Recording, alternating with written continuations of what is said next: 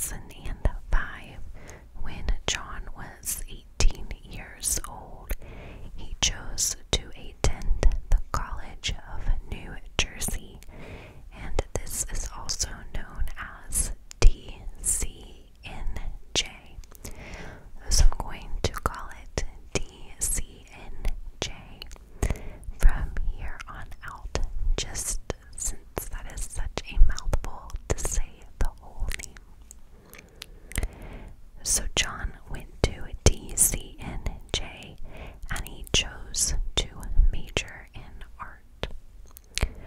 So DCNJ is located in Ewing Township, New Jersey, and it is almost halfway between Philadelphia, Pennsylvania, and New York City.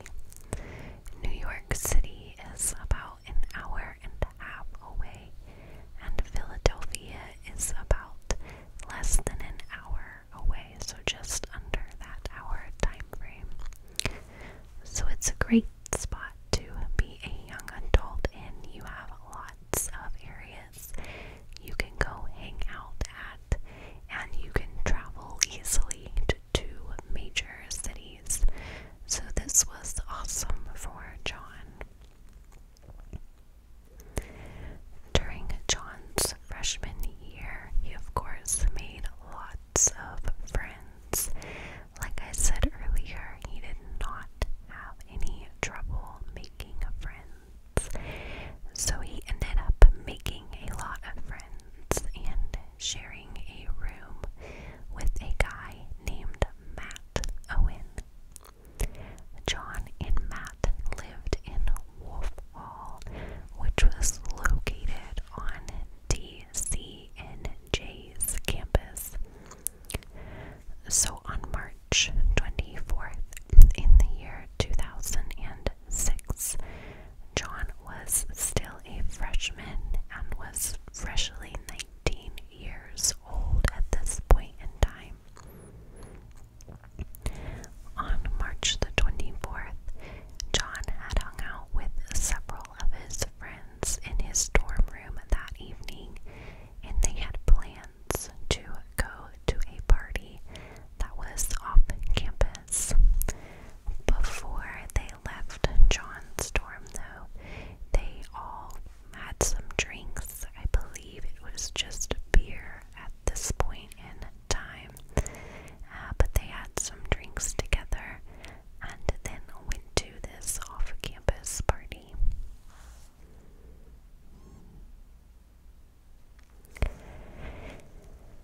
So that night, John and his friends drank quite a bit, which was fairly normal for John at this time. He was still younger, but it wasn't unusual for him to go to a party and drink. After John and his friends decided that they were going to leave this off-campus party and head back to Wolf Hall,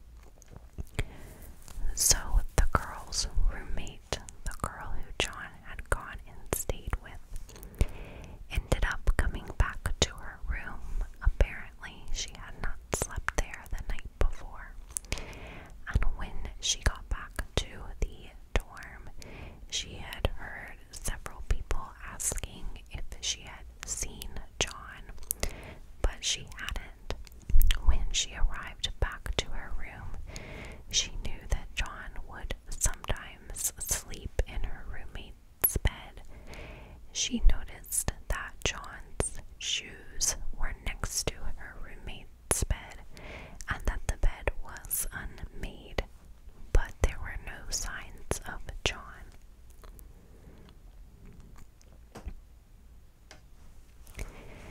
This girl let John's roommate know the situation, and all of John's friends became even more concerned.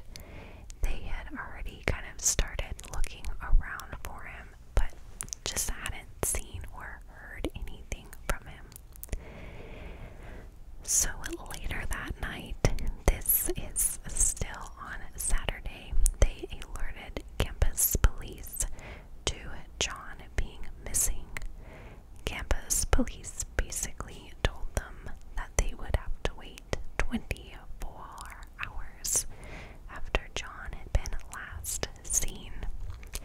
John, of course, was seen by the random friend around 3 in the morning, and so every one of his friends thought, well, they're not gonna search, we can't report it yet. So campus police basically blew it off, thinking that John was out possibly partying some more, even though that was not the case here.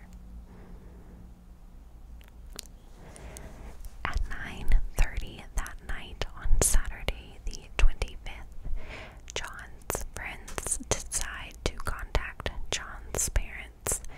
They really are not happy with the fact that the campus police are not searching for John. His friends did get a hold of John's dad, John Sr., and he was worried about his son, but also felt that maybe he was out having some fun with other friends.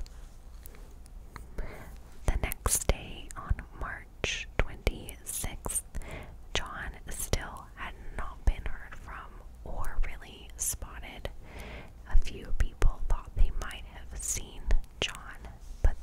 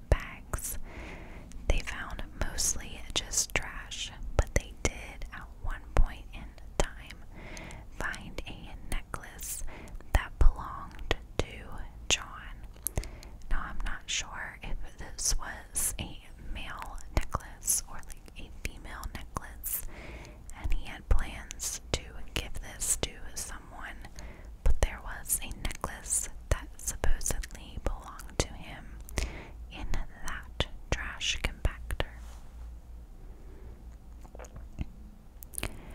The police at that point tested the blood and found that it did in fact belong to John.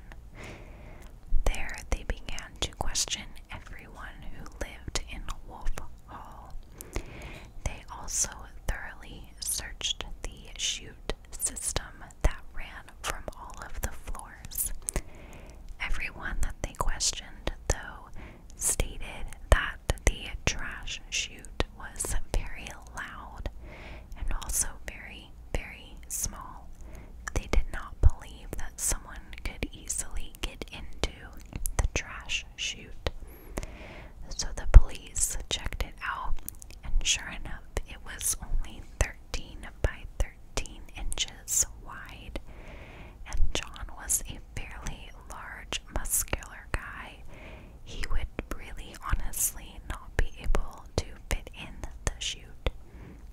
And supposedly, most of the students there claimed they could not even fit their regular garbage bags through the chute.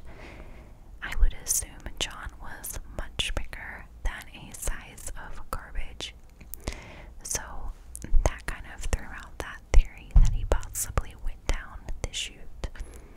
The police did send some cameras up and down the chute, but did not find any evidence located in there.